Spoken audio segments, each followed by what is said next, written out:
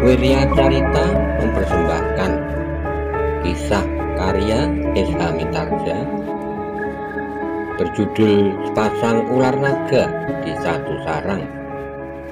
Selamat menikmati. Salam Daya.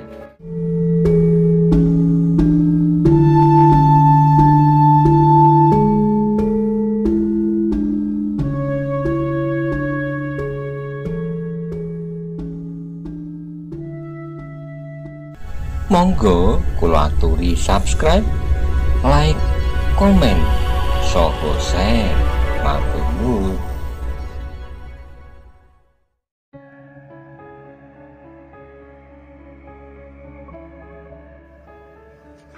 Demikianlah Witantra masih berpacu beberapa saat lagi. Seperti laju anak panah, kuda-kuda itu berlari melintasi sebuah pedukuhan kecil. Beberapa orang yang sedang membersihkan jalan berlari-lari dan berlompatan masuk ke halaman. Mereka menjadi ketakutan melihat beberapa ekor kuda berpacu dan saling memburu. Setelah pedukuhan itu mereka lampaui dan setelah mereka berada kembali di sebuah bulak yang panjang, bahkan kemudian sampai ke sebuah lapangan rumput yang agak luas dan kering sehingga tidak memungkinkan untuk dijadikan tanah persawahan. Witantra memberikan tanda-tanda kepada anak buahnya, tanda-tanda yang memang sudah disepakati lebih dahulu. Ketika tangan Witantra terentang, maka kuda-kuda itu pun tiba-tiba saja menebar. Bagian mengikuti Witantra berbelok ke kiri, yang lain mengikuti Mahendra berbelok ke kanan. Dengan cekatan, Witantra dan Mahendra meloncat ke punggung kuda yang lain, dan penunggangnya berganti berpindah ke kuda Witantra dan Mahendra untuk menjaga Ranggawuni dan Maisa Cempaka. "Kau tenang saja di situ," berkata Witantra. "Paman akan menghalau orang-orang itu." Gerakan yang dilakukan oleh sekelompok kecil yang dipimpin langsung oleh Witantra dan Mahendra itu sama sekali tidak diduga oleh prajurit-prajurit Singosari yang mengejarnya. Sehingga karena itu kelambatan beberapa saat telah mendorong mereka masuk ke dalam jebakan. Mereka kemudian seolah-olah berada di dalam kepungan. Belum lagi mereka dapat mempersiapkan diri menghadapi keadaan yang tiba-tiba itu. Witantra dan Mahendra telah menyerang mereka diikuti oleh beberapa orang pengawalnya dari sebelah menyebelah. Tidak banyak dapat mereka lakukan. Serangan itu begitu tiba-tiba dan terlebih-lebih lagi dilakukan oleh Witantra dan Mahendra sendiri beserta beberapa pengawalnya. Prajurit Singosari yang terkejut itu sebagai prajurit-prajurit terlatih secara naluriah segera mengadakan perlawanan. Namun seorang demi seorang mereka terluka dan bahkan beberapa orang telah terpental dari kudanya. "Kita tinggalkan mereka." Witantra kemudian memberikan perintah pada anak buahnya yang dengan segera mempersiapkan diri melepaskan sisa-sisa lawannya. Sejenak kemudian Witantra dan Mahendra diikuti oleh anak buahnya telah melanjutkan perjalanan mereka meninggalkan lawannya yang termangu-mangu. Beberapa orang yang masih utuh menjadi ragu-ragu. Jumlah mereka tinggal tidak lebih dari separuh. Karena itu maka mereka tidak ingin menyerahkan diri ke tangan orang yang mereka buru. Tapi dengan demikian mereka telah dapat memastikan bahwa sebenarnya lah yang dilarikan oleh orang-orang itu adalah Ranggawuni dan Maisa Cempaka. Dalam keraguan-raguan itu para prajurit Singosari itu hampir saja bersorak ketika mereka melihat iringan kedua telah menyusul mereka di bawah pimpinan seorang senopati pilihan. "Kami telah menemukan mereka," berkata pemimpin kelompok prajurit yang telah dilumpuhkan itu. "Mengapa kalian berhenti?" bertanya senopati itu. "Kami tidak mampu melawan mereka. Bagian dari kawan-kawan kami telah terluka. Lebih dari separuh, bahkan mungkin ada yang tidak tertolong lagi." Senopati itu mengerutkan keningnya, dipandanginya beberapa orang yang terbaring berserakan. "Rawatlah mereka," berkata senopati itu. "Bagian dari kalian ikutilah bersama kami. kami harus menemukan mereka. Kami telah memastikan bahwa yang mereka larikan adalah Tuanku Ranggawuni dan Maisa Cempaka. Kami sudah menduga, marilah kita tidak boleh kehilangan jejak. Demikianlah kelompok pasukan itu pun segera menyusul. Mereka mengikuti jejak kaki-kaki kuda Witantra dan anak buahnya, karena mereka bertekad untuk membawa Ranggawuni dan Maisa Cempaka kembali. Sementara itu, Lembu Ampal yang sedang dicengkam oleh keraguan-raguan terkejut bukan kepalang mendengar berita hilangnya Ranggawuni dan Maisa Cempaka. Belum lagi ia dapat mengambil sikap, ternyata kedua anak-anak itu telah hilang. Bagi Lembu Ampal, hilangnya kedua anak-anak itu tentu ada hubungannya dengan perintah yang diterima dari Tohjoyo.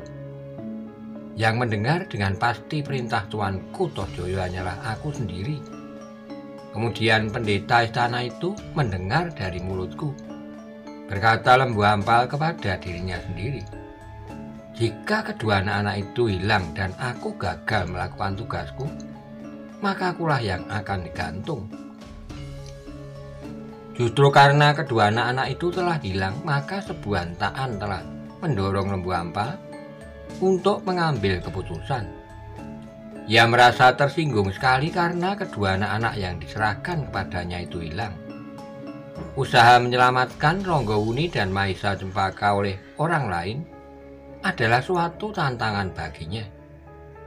Mungkin aku tidak akan sampai hati membunuh kedua anak-anak itu jika keduanya masih tetap berada di tanah.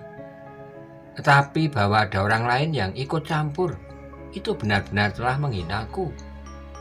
Namun bagi Lembu Ampal, orang yang pertama-tama harus dihubungi adalah pendeta istana itu. Baginya tidak ada orang lain yang dapat merembeskan rahasia itu selain pendeta itu. Dengan tergesa-gesa Lembu Ampal maju kudanya pergi mendapatkan pendeta itu di sanggarnya. Dengan wajah yang tegang ia datang menghadap dan langsung bertanya, "Apakah Tuan sudah mendengar berita tentang hilangnya kedua anak itu?" Pendeta itu mengangguk perlahan. "Aku sudah mendengarnya, Lembu Ampal." "Tuan," Lembu Ampal menggeram, "tidak ada orang lain yang mengetahui tugasku dengan pasti kecuali Tuanku Tohjoyo, aku dan Tuan. Mungkin ada 1-2 orang senopati terpercaya yang mendapat tugas untuk membayangi kedua anak-anak itu. Namun perintah itu hanya diberikan kepadaku. Sedangkan para prajurit dan senopati itu hanyalah sekedar mendapat perintah untuk mengawasi kedua anak-anak yang akan dijadikan korban ketenangan Singosari. Memang tidak ada orang lain yang mendengar, tetapi aku sudah memberitahukan hal itu kepada seseorang. Akulah yang melakukannya. Tuan, apakah Tuan tahu artinya? Kau akan dihukum mati. Tapi jika kau berterus terang tentang keraguan-raguanmu dan kedatanganmu kepadaku, juga tentang rahasia yang telah terbuka itu, maka kau akan dibebaskan, dan akulah yang akan menggantikanmu. Mungkin aku akan digantung, dipacung, atau dihukuman apapun juga, tetapi itu lebih baik daripada kedua anak-anak yang tidak bersalah sama sekali itu." Terasa darah Lembu Ampal bagaikan mendidih. Ia menaruh hormat pada pendeta istana itu. Bahkan secara rohani ia banyak menggantungkan dirinya kepadanya. Sampai saatnya ia kehilangan akal karena ia mendapat perintah untuk membunuh Ranggawuni dan Maisa Cempaka yang tidak bersalah sama sekali. Tetapi bahwa pendeta itu dengan sengaja telah memberitahukan akan hal itu benar-benar telah menyinggung perasaannya sebagai seorang prajurit, sehingga ia akan mendapat noda karenanya. Bukan saja ia akan dihukum mati, tetapi tentu juga mencemarkan nama baiknya, karena Tohjoyo dapat mengambil alasan apapun untuk membunuhnya. Meskipun Lembu Ampal berkata terus terang, dan meskipun kemudian diketahui bahwa pendeta itulah yang telah membuka rahasia istana itu, namun tentu dirinya lah yang akan mendapat hukuman terberat, karena ialah yang pertama-tama telah membocorkannya pada pendeta itu. Karena itu maka dengan wajah yang tegang ia berkata, "Tuan, aku datang kepada Tuan dengan penuh kepercayaan bahwa keraguan-raguanku akan dapat berkurang. Aku akan menemukan ketetapan hati, apapun keputusanku. Jika aku ingin melaksanakan tugas itu dan membunuh keduanya, aku akan melakukan dengan ketentraman hati. Jika tidak, aku akan menjalani hukuman dengan damai. Tetapi sekarang keadaannya sangat berbeda. Anak itu hilang sebelum aku dapat memastikan sikapku. Tidak banyak bedanya, Lembu Ampal. Aku telah mendesakmu untuk mengambil keputusan seperti kata nuraniku. Tetapi tidak dengan nuraniku. Bagaimana jika aku kemudian memutuskan untuk membunuh keduanya? Keduanya telah tidak ada lagi di istana.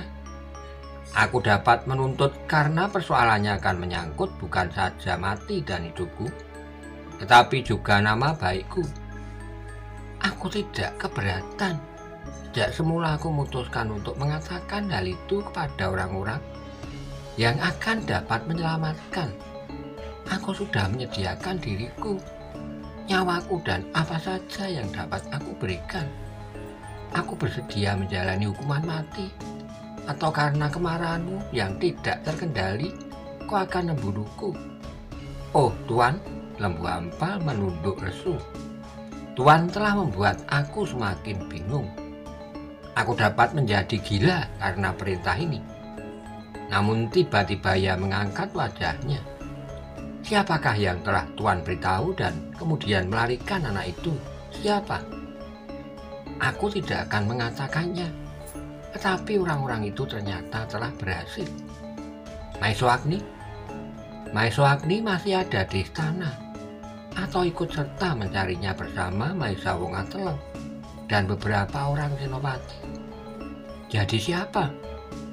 "Sudah aku katakan, aku tidak akan menyebut namanya." "Apakah Tuan tahu bahwa dengan demikian Tuan telah berkhianat?" "Aku tidak berkhianat untuk berkhianat. Niatku semata-mata hanya melindungi dua nyawa yang tidak bersalah. Hanya itu." "Tetapi Tuan harus mengatakan siapakah orang yang telah berhasil melarikan Ronggowuni dan Maiso Cempaka." "Aku tidak dapat menyebutkan, Lembu Ampal. Sudah berkali-kali aku katakan, dan aku sudah siap menerima akibat apapun.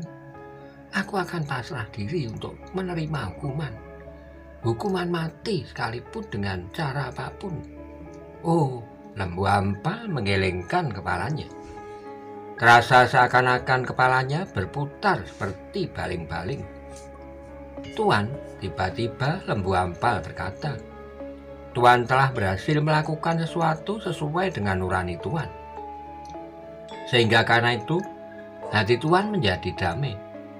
Tetapi aku tidak.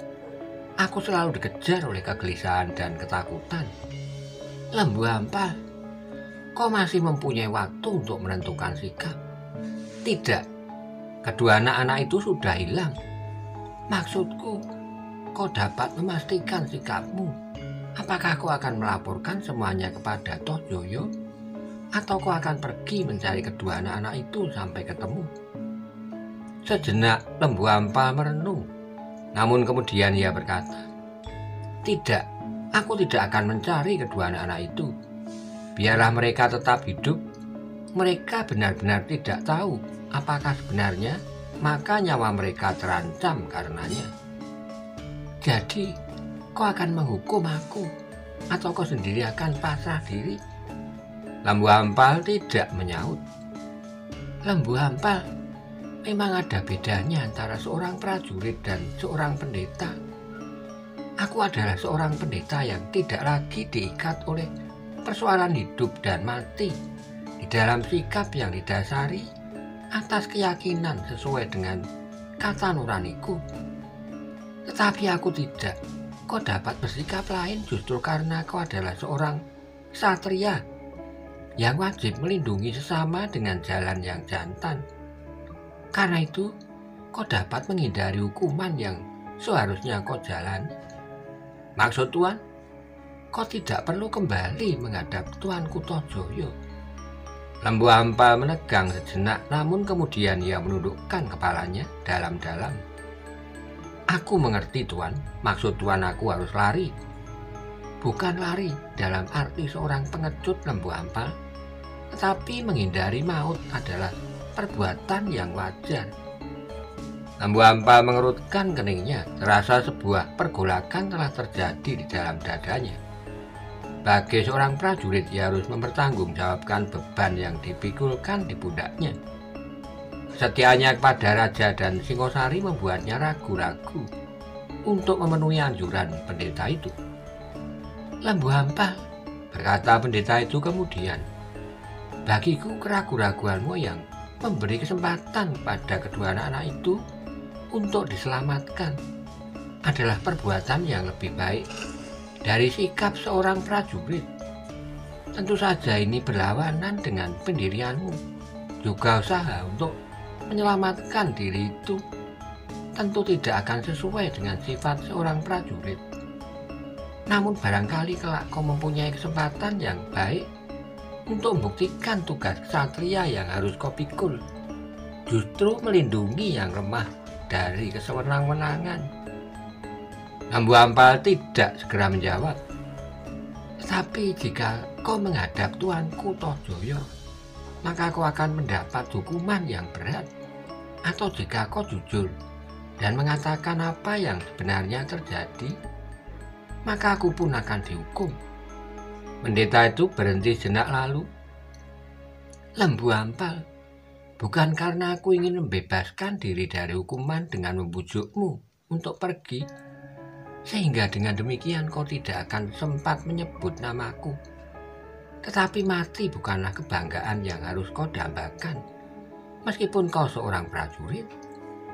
Lembu Ampal mengangguk-anggukkan kepalanya. Kesempatan itu memang ada sebelum persoalan yang sebenarnya dapat diketahui dengan pasti. Maka Tohjaya pasti belum menjatuhkan perintah untuk menangkapnya. Karena itu, maka akhirnya Lembu Ampal berkata, Tuan, aku memang akan mempertimbangkan tindakan apakah yang sebaiknya aku lakukan. Mungkin aku akan lari, tetapi mungkin pula aku memilih tiang gantungan. Terserahlah padamu, kau memang seorang prajurit. Dan aku pun tidak akan ingkar bahwa akulah yang telah menguakkan rahasia itu, sehingga kedua anak-anak itu diselamatkan oleh orang yang aku sendiri tidak mengetahuinya. Lembu Ampal mengerutkan keningnya. Ia pun kemudian minta diri dan meninggalkan sanggar itu dengan persoalan yang semakin rumit di dalam dirinya. Pada pendeta istana itu, ia sama sekali tidak menemukan ketenangan yang dicarinya. Pendeta itu tidak menunjukkan keputusan yang harus diambilnya atas kedua anak-anak itu. Bahkan kini ia telah menyebabkan kedua anak-anak itu diselamatkan oleh orang lain, dan itu adalah suatu sentuhan pada perasaannya. Aku mengharap ia menunjukkan jalan bahwa aku dapat melakukan tugasku dengan tenang dan tidak selalu dibayangi oleh penyesalan. Tetapi ia tidak berbuat demikian. Ia tidak memberikan ketenangan itu padaku seperti yang aku harapkan. Bahkan ia telah mengacaukan segala-galanya. Dan kini ia membujukku untuk lari menghindari tanggung jawab.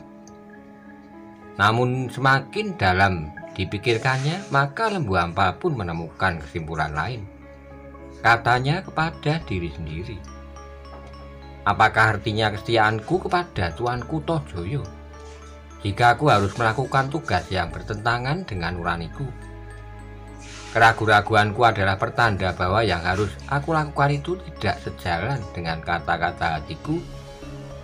Selama aku menjadi prajurit, aku menjalankan tugasku dengan patuh. Jika kadang-kadang ada keraguan-raguan, maka aku segera dapat mengatasinya. Tapi sekali ini sebenarnya lah bahwa Tuanku Tohjaya sudah berlaku tidak adil. Lembu Ampal menarik napas dalam-dalam lalu, apakah artinya kesetiaanku terhadap ketidakadilan itu? Demikianlah setelah dada Lembu Ampal bergejolak dengan dahsyatnya, Akhirnya ia memutuskan untuk meninggalkan pusat pemerintahan Singosari. "Aku dapat hidup di mana saja," katanya.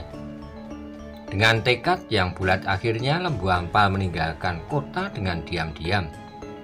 Justru ketika para prajurit sedang berusaha mengejar Witantra dan Mahendra yang telah melarikan Ranggawuni dan Maesha Cempaka, Dang Maesha Agni dan beberapa orang prajurit yang lain sedang mengelilingi kota untuk berpura-pura mencari kedua anak-anak itu pula. Dengan lajunya Lembu Ampal pun melarikan kudanya. Ia meninggalkan Singosari dengan persoalan yang belum terpecahkan. Apakah ia akan tetap mencari dan membunuh Ranggawuni dan Maesha Cempaka untuk mendapatkan pengampunan? Atau sama sekali tidak mempersoalkannya lagi, namun dengan demikian ia akan hidup di pelarian sepanjang umurnya? Tapi Lembu Ampal tidak cemas. Ia mempunyai banyak kawan yang dapat melindunginya di padepokan-padepokan terpencil. Ia dapat menyebut dirinya dengan nama lain dan dengan bentuk yang sedikit berbeda dengan bentuknya sekarang. Dan persoalan itulah yang masih harus dipertimbangkannya untuk waktu yang cukup lama. Namun agaknya hidup adalah keadaan yang paling baik baginya saat itu, sehingga dengan demikian maka Lembu Ampal pun memutuskan bahwa ia harus mempertahankan hidupnya lebih dahulu sebelum ia dapat memikirkan apakah yang akan dilakukannya nanti. Karenanya, Lembu Ampal pun kemudian meninggalkan Singosari sebelum memberikan laporan tentang dirinya sendiri dan bahwa ia sama sekali belum melakukan tugasnya. Maka Tosjoyo pun tidak segera dapat memastikan apakah yang sebenarnya terjadi. Bahkan ia menjadi cemas bahwa para prajurit yang mencari Ranggawuni dan Maesha Cempaka akan menghukum Lembu Ampal apabila benar-benar ia telah melakukan tugas yang dibebankan kepadanya. Kegelisahannya itulah yang mendorongnya untuk memanggil Pranaraja menghadap. "Ampun tuanku, apakah titah tuanku kepada hamba? Kau dengar keributan yang telah terjadi. Hamba tuanku, hamba mendengar bahwa tuanku Ranggawuni dan Maesha Cempaka telah hilang. Dan kau tahu pasti siapakah yang telah mengambil mereka?" "Hamba belum tahu dengan pasti tuanku, tetapi pasti bukan tuanku Maesha Agni." "Ya, justru paman Maesha Agni menuntut perlindungan keselamatan kedua kemenakannya itu." Pranaraja tertawa katanya. "Dan tuanku tentu menyanggupinya." "Ya, aku menyanggupinya. Tetapi jika yang diketemukan adalah mayatnya, itu sama sekali bukan salah tuanku. Paman Maesha Agni dengan beberapa orang prajurit sedang mencarinya." Pranaraja mengerutkan keningnya lalu, "Bagaimana jika tuanku Maesha Agni berhasil menyelamatkannya? Jaraknya terlampau panjang sejak anak itu hilang, sehingga paman Maesha Agni meninggalkan istana memerlukan waktu cukup lama bagi Ranggawuni dan Maesha Cempaka. Tetapi siapakah sebenarnya yang telah membawanya pergi? Apakah kau sudah berhubungan dengan Lembu Ampal?" "Belum tuanku, tetapi menurut perhitungan hamba, tentu Lembu Ampal lah yang melakukannya. Jika tidak, maka para prajurit dan senopati tentu akan menemukannya." "Pranaraja, ada beberapa persoalan yang mendesak di dalam hatiku. Jika yang melarikan bukan Lembu Ampal, kita masih mempunyai harapan bahwa keduanya dapat diketemukan. Tetapi bagaimana jika Lembu Ampal lah yang telah membawanya? Lembu Ampal akan membunuhnya. Bagaimana jika terjadi salah paham dan Lembu Ampal justru terbunuh oleh para prajurit dan senopati yang mengejarnya?" Pranaraja mengerutkan keningnya, namun kemudian ia justru tertawa sambil menjawab, "Itu lebih baik tuanku." "Pranaraja," Tosjoyo tiba-tiba membentak, "kau jangan bergurau dalam keadaan seperti ini." "Hamba tidak bergurau tuanku." "Jadi apa maksudmu?"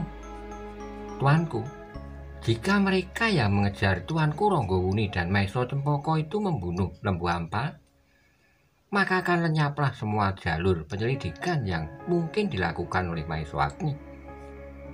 Dengan demikian, maka tidak seorang pun yang dapat bercerita bahwa Tuanku telah memerintahkan kepada Lembu Ampal untuk membunuh Ranggawuni dan Maesa Cempaka.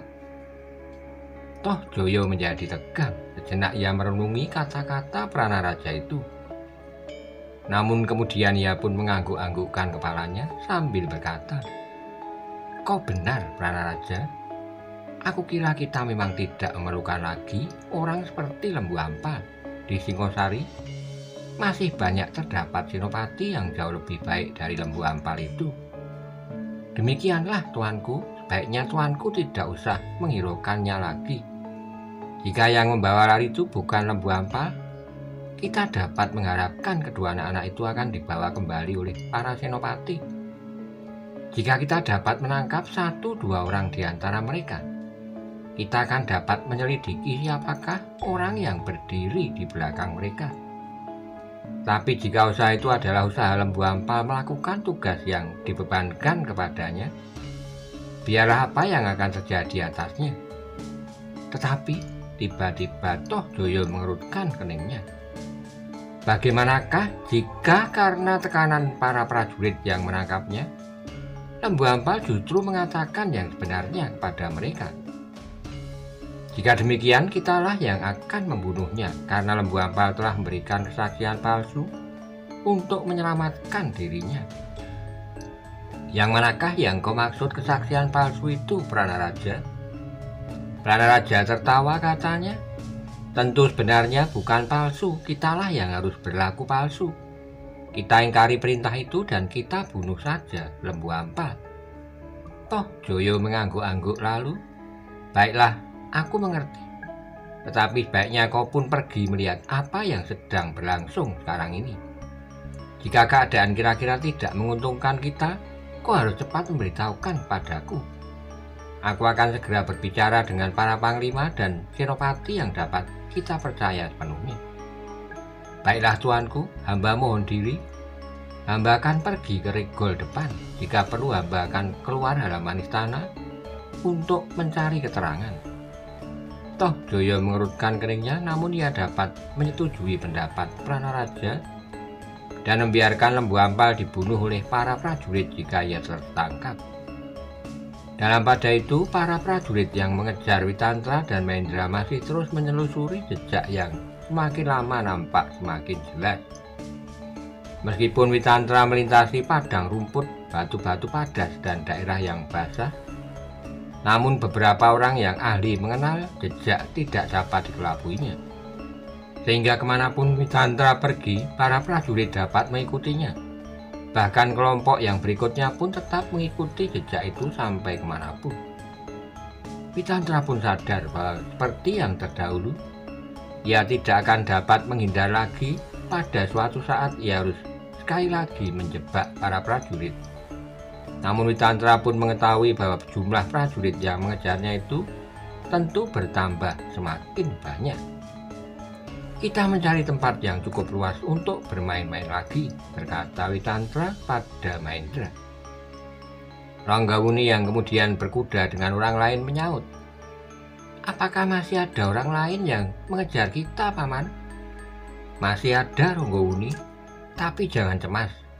Kita akan menghalaunya lagi seperti tadi. Tetapi setiap kali pengawal kita akan berkurang, Paman. Bukankah ada di antara kita yang terluka?" "Kita akan berusaha," sahut Witantra. "Mudah-mudahan kita tidak perlu memberikan korban. Yang terluka di antara kita agaknya tidak begitu parah. Mereka sudah membalut luka-luka mereka, sehingga darahnya sudah mampat. Tapi apakah mereka masih mampu bertempur? Mereka akan mengawani kalian berdua. Hanya jika terpaksa mereka akan bertempur. Jika tidak, maka biarlah mereka beristirahat." Ranggawuni tidak begitu mengerti, tapi ia tidak bertanya lagi. Dainya lah yang kemudian berkerut-kerut ketika kudanya menyeberangi sebuah rawa yang sempit. Tetapi ketika mereka sudah melintasi rawa-rawa itu dan berada di tempat yang agak terbuka, maka mereka pun mulai melihat prajurit-prajurit Singosari yang semakin mendekat. Itulah mereka, desis Mahendra. Seperti yang kita duga, jumlah mereka lebih banyak. Tapi masih belum melampaui kemampuan kita, sahut Mahendra. Witantra mengangguk-anggukkan kepalanya, jenak ia mandangi wajah-wajah para pengawal yang mengiringnya. Pengawal-pengawal terpilih dari antara prajurit yang ada di Kediri. Bahkan sebagian dari mereka adalah prajurit-prajurit Singosari juga. Demikianlah maka akhirnya Witantra harus mengatur siasat bersama Mahendra. Berapa orang ditugaskan untuk melindungi Ranggawuni dan Maiso Cempaka di samping orang yang menjagainya di punggung kuda. Sedang Witantra dan Mahendra bersama orang-orang yang lain akan menjebak mereka, seperti yang pernah terjadi. Mereka tentu telah mempersiapkan diri, berkata Mahendra. Orang-orang yang telah terjebak itu tentu dapat memperingatkan kawan-kawannya yang datang kemudian. Kita akan menghadapi mereka, sahut Witantra. Tapi memang sebaiknya kita berpencaran. Demikianlah maka setelah mereka sampai ke tempat yang agak lapang, Witantra dan Mahendra sengaja memperlambat kuda mereka. Sedang Ranggawuni dan Maiso Cempaka mendahului mereka beberapa puluh langkah di depan. Ketika jarak itu sudah dipandang cukup oleh Witantra, maka ia pun segera memberikan aba-aba kepada anak buahnya. Dengan cekatan anak buahnya menarik kendali kudanya dan berputar haluan. Dengan tiba-tiba mereka menghentakkan kudanya dan berlari menyerang lawannya yang sedang memburu mereka. Serangan itu meskipun sudah diperhitungkan namun cukup mengejutkan. Senopati yang memimpin prajurit Singosari itu menyangka bahwa Witantra dan anak buahnya akan menebar dan menyerang mereka dari lambung sebelah menyebelah seperti yang telah mereka lakukan. Tetapi kini ternyata bahwa Witantra dan Mahendra menyerang mereka langsung dari depan. Sedang anak buahnya lah yang berpencaran di sebelah menyebelah. Sejenak kemudian maka terjadilah benturan kedua kelompok itu dengan dahsyatnya. Keduanya adalah prajurit-prajurit yang sudah terlatih menghadapi medan yang berat. Sehingga karena itu maka pertempuran yang segera terjadi adalah pertempuran yang sengit. Namun kedua belah pihak segera dapat mengenal bahwa sebenarnya mereka adalah prajurit-prajurit dari kesatuan yang sama.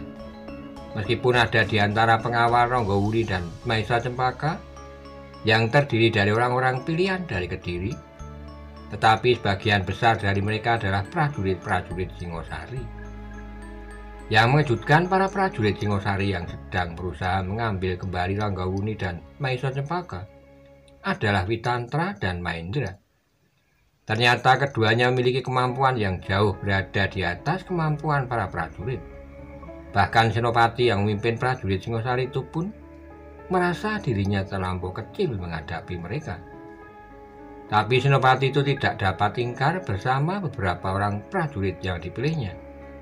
Ia mencoba melawan Witantra dan memutar pedangnya seperti baling-baling.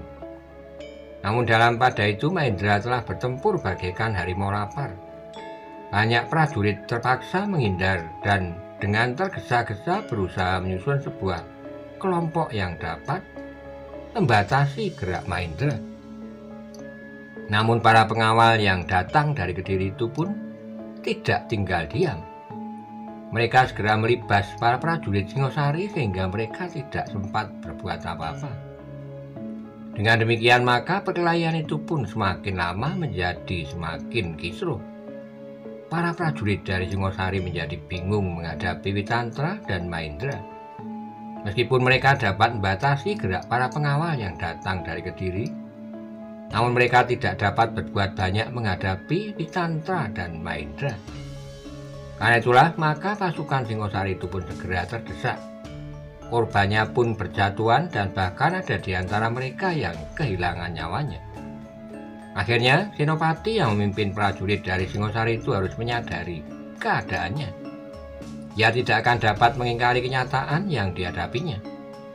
Untuk menghindari kemusnahan maka Senopati itu pun segera memerintahkan pasukannya untuk mengundurkan diri sambil menunggu pasukan yang akan datang kemudian.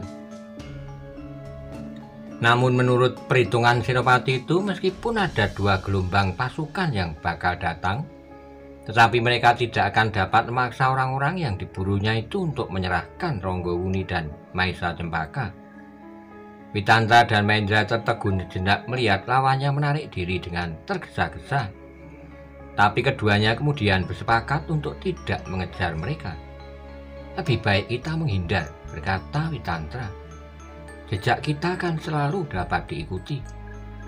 Kita akan milih jalan rawa-rawa. Jika cukup lama berada di daerah berair, maka jejak kita akan sulit diikuti. Sementara itu kita melingkar dan menuju ke padepokanku." Mahendra menganggukkan kepalanya, katanya kemudian, "Baiklah Kakang, kita milih jalan rawa-rawa meskipun agak sulit. Kemudian kita akan menyeberang sungai dan hilang di hutan-hutan perdu seberang." Demikianlah maka Witantra pun kemudian melanjutkan perjalanan. Ia masih memperhitungkan bahwa pasukan yang lebih besar masih akan mengejarnya.